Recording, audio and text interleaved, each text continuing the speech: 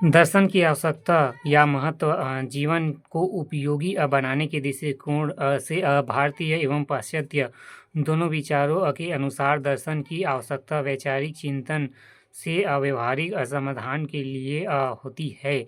प्रत्येक मनुष्य में चिंतन मनन और विचारों के सृजन की स्वाभाविक क्षमता होती है, जिसका प्रयोग वह जीवन की उत्कलता के लिए करता है। अर्थव्यवस्था की दृष्टि से दर्शन का एक रूप हमें अर्थव्यवस्था में भी मिलता है, जिसके अर्थात आर्थिक दर्शन भी कहते हैं। आर्थिक क्रियाओं पर एक प्रकार का नियंत्रण होता है। इसका प्रयोग व्यक्तिगत एवं राष्ट्रीय जीवन में होता है। राजनीतिक व्यवस्था की दृष्टि से विभिन्न राजनीतिक व्यवस्था में विभिन्न प्रकार के दर्शन होते हैं। जनतंत्र में जनतांत्रिक दर्शन होता है, जिसमें प्रत्येक व्यक्ति को समान अधिकार मिलते हैं। शैक्षणिक विकास की दृष्टि से संस्कृति का परिचय दर्शन से मिलता है। भारतीय संस्कृति का ज्ञान उसके दर्शन से होता है। अंतः दर्शन नागरिकों को नैतिक अर्थात नहीं आदर्श के साथ जड़ों से जुड़ना सिखाता है। व्यक्ति को चिंतन एवं तर्क से पूर्ण बनाने की दृष्टि में दर्शन जीवन की समस्याओं पर अपने उनके समाधान पर चिंतन एवं तर्क की कला है। इसे जानने की आवश्यकता हर व्यक्ति को है।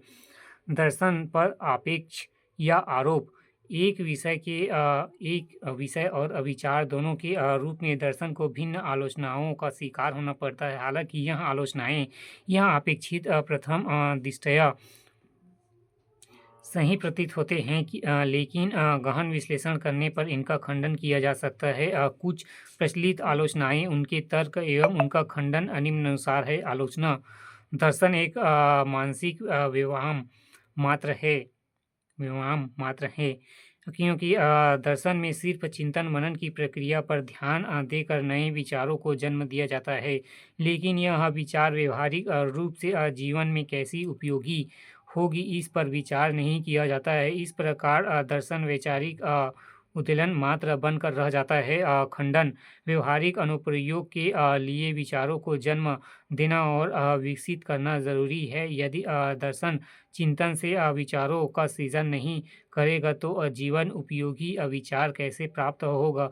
अंततः दर्शन को मानसिक व्यायाम मानना उचित नहीं है। यह मानसिक व्यायाम जीवन को बेहतर बनाने की दिशा में एक सार्थक प्रयास है। आलोचना: दर्शन अलौकिक जगत की समस्याओं पर केंद्रित अमूर्त चिंतन है। दार्शनिक चिंतन को इहलोक का खंडन और परलोक पर आस्था दर्शाई गई है। यह व्यवहारिक विश्व की भौतिकवादी समस्याओं का समाधान प्रस्तुत नहीं करता।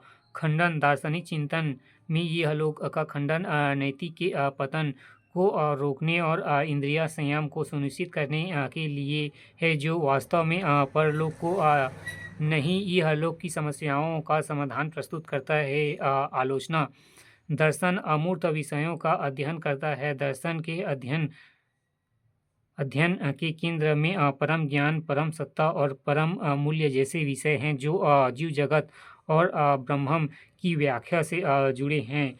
यह अमूर्त चिंतन है जो बौद्धिक महत्व का अधिक खंडन एवं व्यवहारिक महत्व का कम है।